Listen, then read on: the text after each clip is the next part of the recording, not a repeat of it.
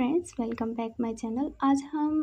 आज का paper assistant professor JTC का पेपर हुआ है, तो उस भाग फर्स्ट समान विज्ञान है, उसका समान अध्ययन है, उसका हम आज डिटेल देखेंगे।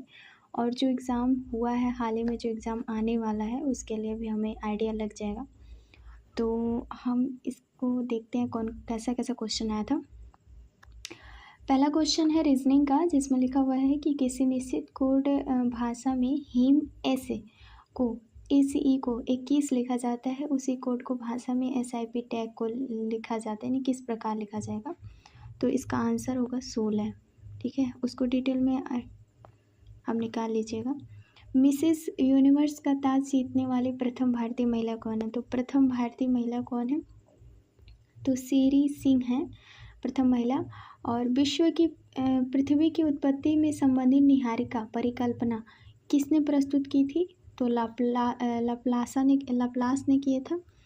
और नेक्स्ट है राजस्थान के अर्ध शुष्क क्षेत्रों में पीने के पानी के भंडारण के लिए पारस्परिक भूमिगत टैंकों को क्या कहा जाता है, तो टंका कहा जाता है। ओके, टंका कहा जाता है। नेक्स्ट है करंट अफेयर से आया था, यूनेस्को की अमूर्त सांस्कृतिक विरासत में सूची में हाल ही में किस भारतीय त्यौहार को शामिल किया गया है, तो ये दीपावली को शामिल किया गया था।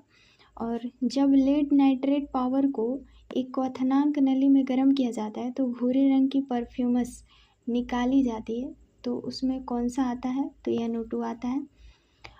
फिर उसके बाद सातवां क्वेश्चन है स्वास्थ्य की परिभाषा जिसे संपूर्ण शारीरिक, मानसिक और सामाजिक कल्याण अवस्था के रूप में देखा जाता है, और जो केवल रोग और दुर्बलता की अनुपस्थिति नहीं दी गई है। तो इसमें मतलब ये कथन है, और ये किसने कहा था, तो ये WHO द्वारा कहा गया था। नेक्स्ट है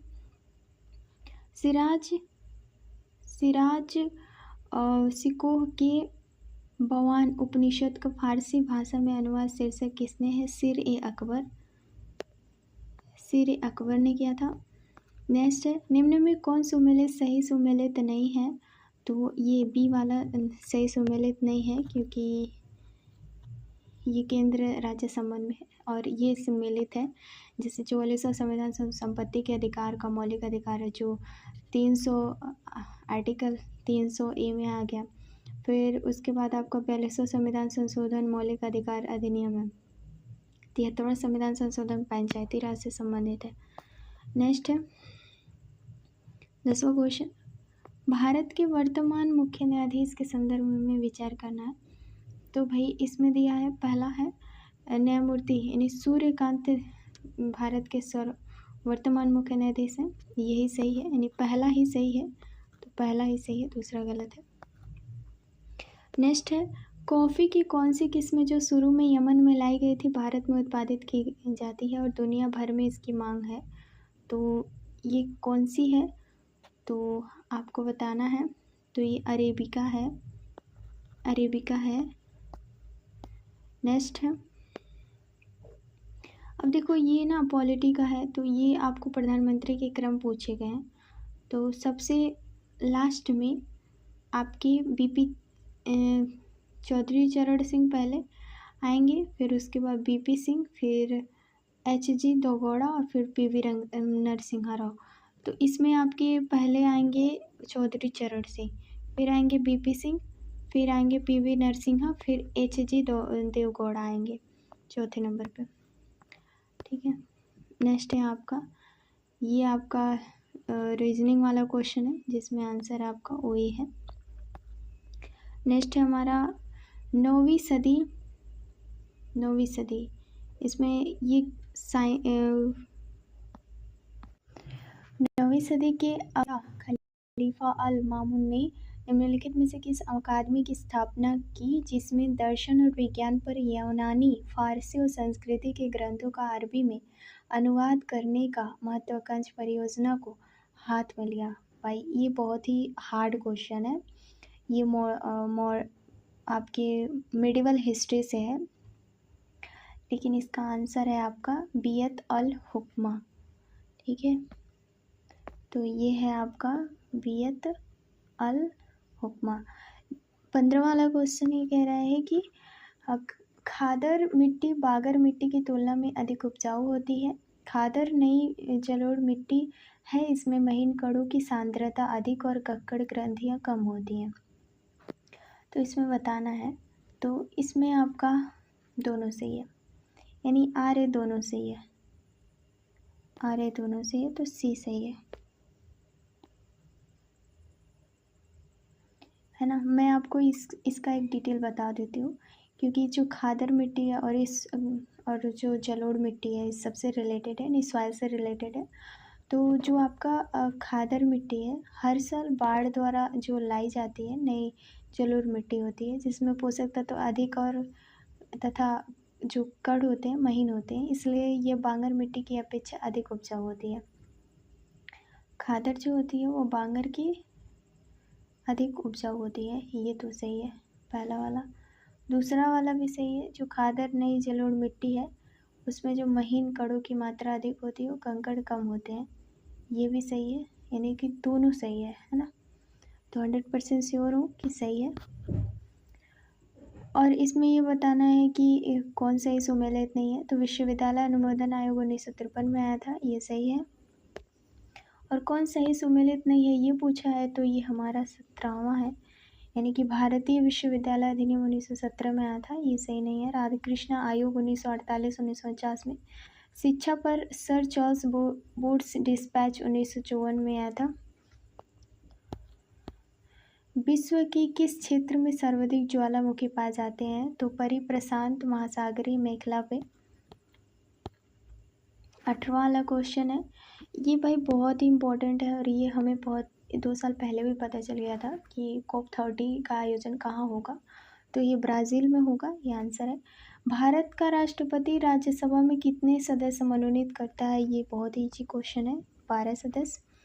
भारतीय राष्ट्रीय कांग्रेस का पहला अधिवेशन कब और कहाँ हुआ था और उसमें कितने प्रतिनिधित्व थे, तो ये भी बहुत ईजी है, क्योंकि कुल 72 प्रतिनिधि थे, इतना तो याद है। और उसके बाद 1885 में मुंबई में हुआ था।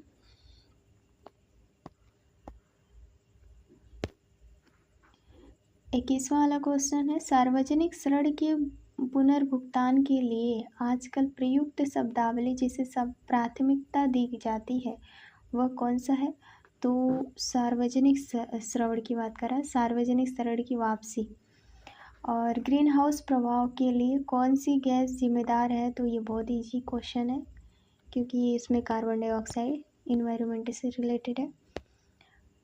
जीएस बहुत हल्का आया था, मतलब बहुत ईजी लग रहा है। अभी हम बॉटनी का भी सेक्शन लेते हैं। विकसित भारत गारंटी रोजगार आजीविका मिशन अधिनियम 2025 BBG ग्राम जी बिल्स 2025 मनरेगा की तुलना में एक महत्वपूर्ण उन्नयन का प्रतिनिधित्व करते हैं, क्योंकि मनरेगा में क्या होता है, तो इसका आंसर होगा आपका ए संरचनात्मक कमजोरियाँ और बी ग्रामीण रोजगार में पढ़ने में असमर्थ, यही दोनों सही है, ए और बी। नेक्स्ट क्वेश्चन है, 10वीं अनुसूची की बात कर रहा है, कौन सा संवैधानिक प्राधिकारी 10वीं अनुसूची के तहत लोकसभा सदस्यों की अयोग्यता का निर्धारण करता है, तो लोकसभा का जो अध्यक्ष होता है वही। नेक्स्ट है, निम्नलिखित में से कौन सतत विकास की अवधारणा को अच्छी तरह समझाता है, तो सतत विकास की सस्टेनेबल डेवलपमेंट की बात कर रहा है ना, तो वर्तमान आवश्यकताओं को पूरा करने में भविष्य की आवश्यकताओं नुकसान पहुंचाए बिना जो विकास होता है उसको हम सस्टेनेबल डेवलपमेंट के अंडर लाते हैं। तो ये फ्रेंड्स ये रिपीटेड क्वेश्चन है, पहला वाला जो 25 वाला क्वेश्चन है।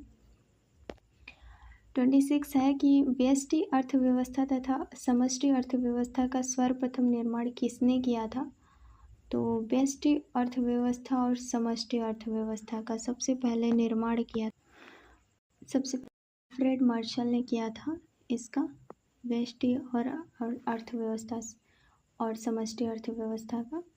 नेक्स्ट है, सिख धर्म के संस्थापक गुरु नानक जी का जन्म कब और कहाँ हुआ था, तो 1489 में तलवंडी में हुआ था। 1489 में तलवंडी में हुआ था।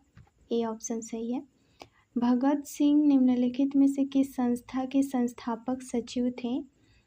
तो ये पंजाब नौजवान भारत सभा के संस्थापक थे। नेक्स्ट है, अंतर्राष्ट्रीय अंतरिक्ष स्टेशन की यात्रा करने वाले पहले भारतीय अंतरिक्ष यात्री कौन थे? तो सबसे पहले भारतीय अंतरिक्ष यात्री, तो अंतर्राष्ट्रीय अंतरिक्ष स्टेशन बोल रहा है, यानी कि अंतर्राष्ट्रीय अंतरिक्ष स्टेशन ISS के बारे में बोला ना। तो ये आपका करने वाले पहले भारतीय हैं शुभांशु शुक्ला। ठीक है, शुभांशु शुक्ला जो हाल ही के मिशन के अनुसार ये करंट है, ये आपका पहला जो व्यक्ति गया था वो राकेश शर्मा होगा, लेकिन आपने इसमें कन्फ्यूज़न उसने कर दिया है, तो आंसर इसका होगा शुभांशु शुक्ला। नेक्स्ट है, भारतीय संविधान में संस्कृति और शिक्षा के अधिकार को निम्न द्वारा प्रदान किया गया है। तो संस्कृति और शिक्षा का किससे संबंधित है? ये आप लास्ट वाला क्वेश्चन है, आप कमेंट बॉक्स में बताइएगा, क्योंकि ये भी बहुत ही इजी क्वेश्चन है। ठीक है, thank you for watching this videos, thank you very much.